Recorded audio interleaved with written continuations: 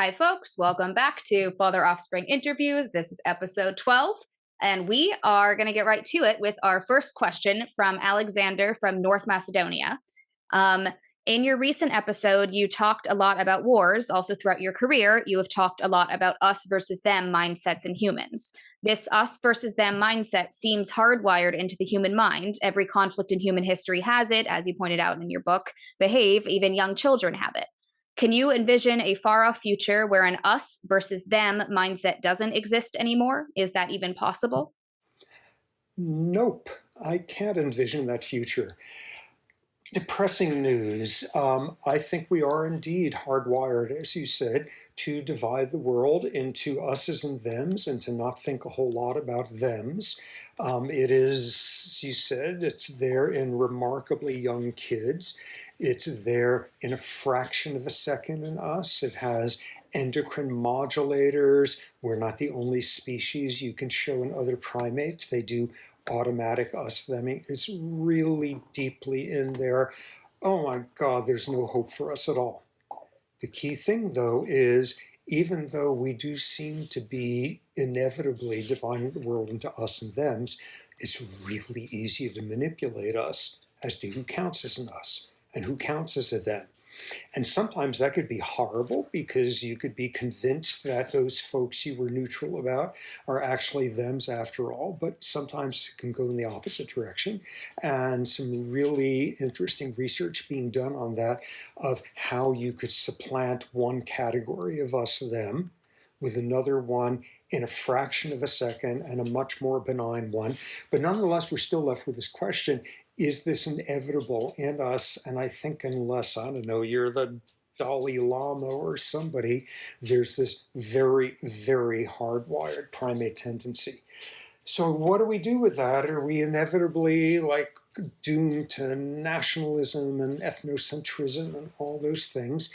Maybe what we could do with it is at least point it in a direction that's kind of benign.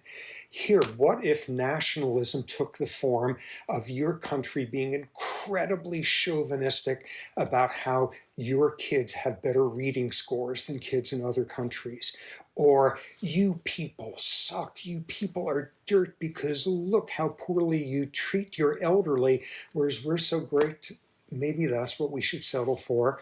And lest that get too rosy-eyed, maybe what that will also mean is at some point, inevitably, there's going to be a war between two countries fighting over who's got like a better library to population ratio or something like that. So I think we're kind of stuck with that, and making it as benign as possible, I think, is our biggest hope.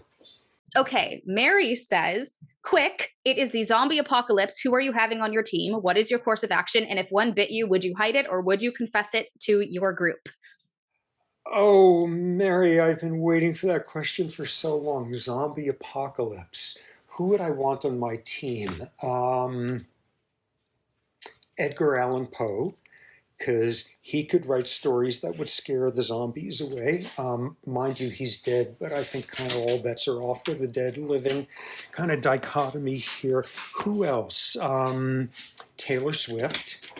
Why? I assume we would be spending months and months living in sort of sewer systems, hiding and stuff. And she just did that big world tour, so I bet she'd have all sorts of interesting stories to tell to fill the time about where she'd been. She could maybe even sing also.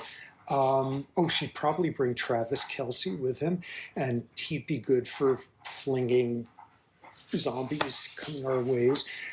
We'd need a good cultural anthropologist to understand the mores and values of the zombies so that eventually we could get to a point of understanding where when a zombie bursts in the room ready to rip your face off, you just view them as a zombie friend who you haven't met yet. A very eclectic psychotherapist. And Vladimir Putin, so that if we're running for our lives, we could always trip him up and hope he falls and he's the one who's behind. So that would be my plan. That would be my team. What would be the plan? Just wait it out. because we're down in the sewer systems hiding. The zombies have all our stuff, which means they're now going to have a material culture, which means inevitably it's going to be an unequal material culture, and then they're going to invent hierarchy and status and warfare and ethnocentricity among the different branches of the zombies, and inevitably they would wind up having war and pestilential chaos, and at some point they'd all be dead or dead again. And then we come out to the surface and everything would be fine. Would I tell anyone if I was bitten? No, probably because I would be most consumed at that point sitting and thinking about why it's really not okay for me to be pissed off at the zombie who bit me because they had no control over the fact that they turned out to be zombies. So that would be my zombie strategy, Mary. Okay, so next, Mikolaj from Poland asks, why do we find things like mountains or sunsets beautiful? And is there anything you could tell us about qualias? Whoa, highfalutin questions, awe at like mountains and sunsets and stuff. I don't think anybody can tell you why we are that way, why in a teleological sense. How did we turn out to be a species that could be struck with awe by amazing rainbows or waterfalls or something? Is it because being awestruck helps you leave more copies of your genes, or is it just an emergent property if you throw enough neurons in there and out will become the capacity to be awed along with, I don't know, theology or aesthetics or what? Nobody can answer that. In terms of how it works, there's a little bit of neurobiological insight into what some of the consequences are of it, of a sense of awe, of a moment of awe. And it has to do with this part of the brain, this network, a whole bunch of different brain regions that all connect together. That's called the default mode network. And it's really interesting, and it didn't used to be interesting. Okay, first generations, if you put somebody in a brain scanner and you're going to do something to them and you see what part of the brain activates, and then you would have to deal with this pain in the butt thing that when the person was doing nothing, the brain was still sort of murbling along with activity there. And what everyone was happy to conclude was this was just background noise, and you'd have to subtract the noise out of it.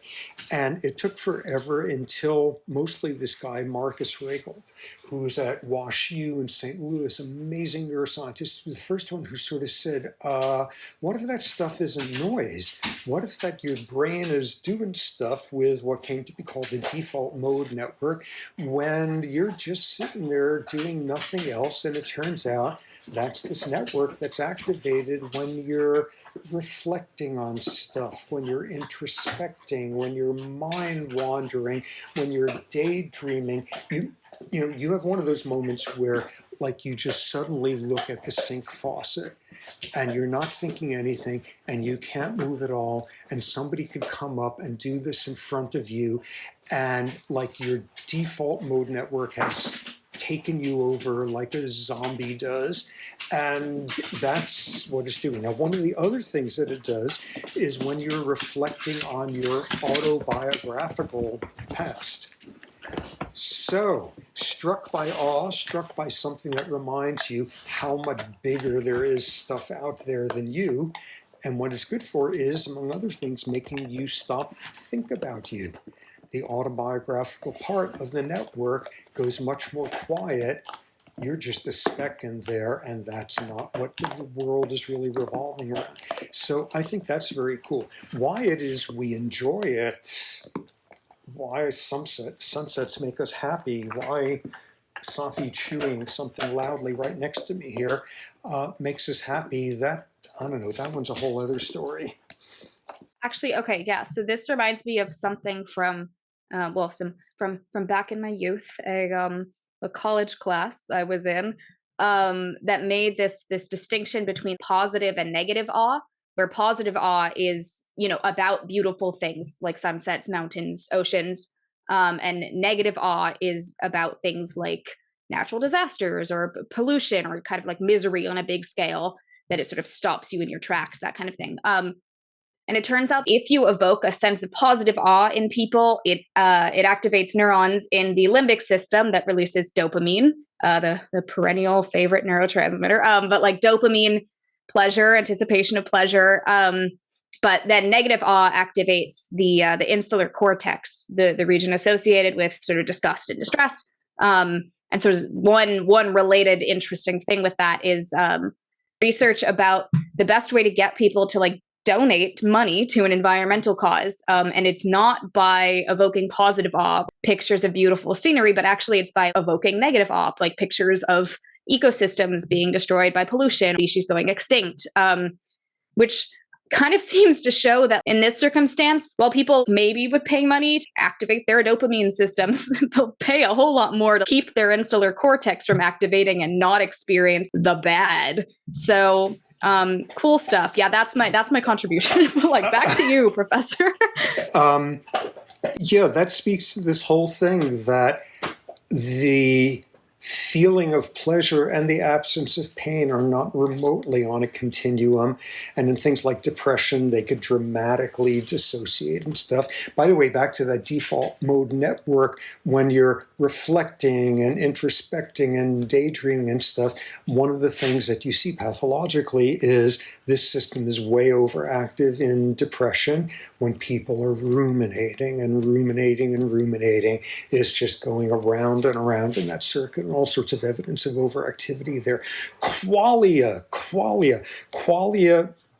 produced one of the most traumatic afternoons of my life when I was in college. Qualia were first called that by this 19th century philosopher, Charles Sanders Peirce. And I spent an entire afternoon trying to read 10 pages of something he had written, and I couldn't understand a word he was saying, and it was overwhelming. And among other things, he came up with this concept of qualia, singular qualia, what it feels like to experience something. What does it feel like to eat a strawberry? What does it feel like to run with the wind in your hair? What is it?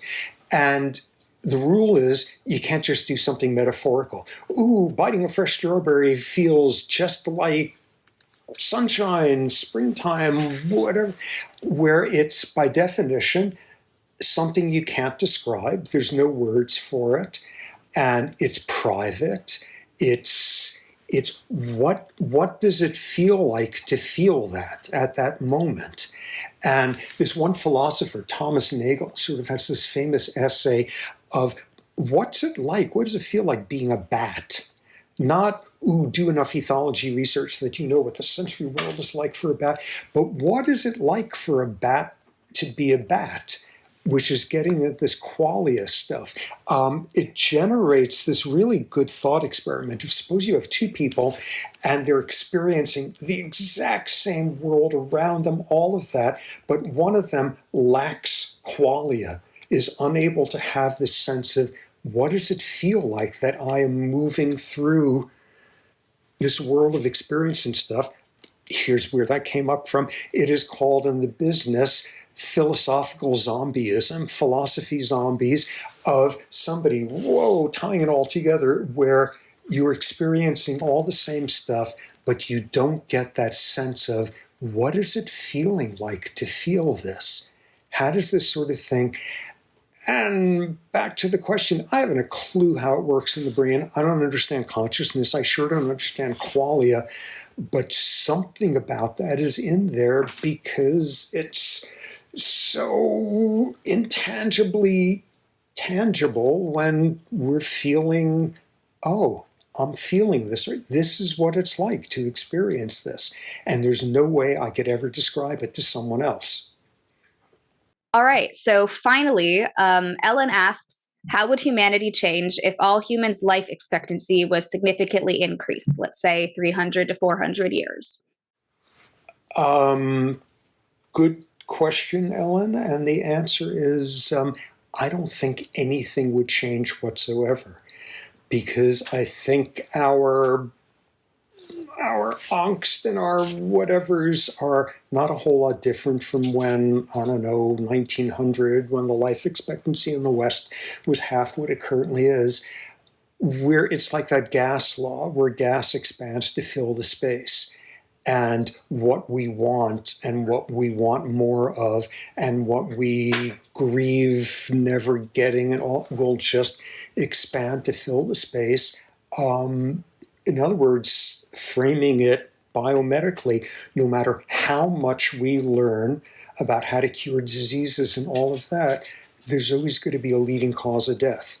And it's going to be just as awful when our loved ones leave us and when we accept the same. So I don't think it would make any difference whatsoever. And that is all for episode 12. Keep submitting questions at the form found in the Instagram story highlight and bio or the YouTube video description. I'm Offspring Chair Sapolsky, and thanks for your continued support of Science and the Beard.